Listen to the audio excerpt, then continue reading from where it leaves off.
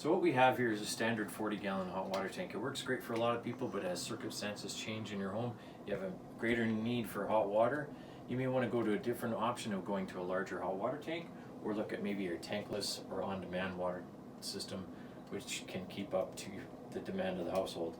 So if you want to just have a quick in and out replacement, there are 4 things that we're looking for from you that will help us to give you an accurate quote right over the phone or through our website. And we're just going to go over those right now.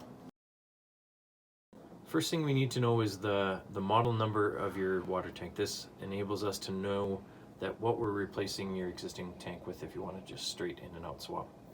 For a straight in and out swap, the most important things we need are some measurements. The height of your water tank, 49 inches. The width of your water tank, which is 20 inches. And lastly, just a good overall picture of the space that we have to work with, so we know that this 20-inch wide water tank needs about 24 inches of a pathway to get it out of its position and put the new tank in its place. So in this instance, we're just going to have to move the dryer out of the way to get the water tank in and out, but it's not that big of a deal. We can do that for you.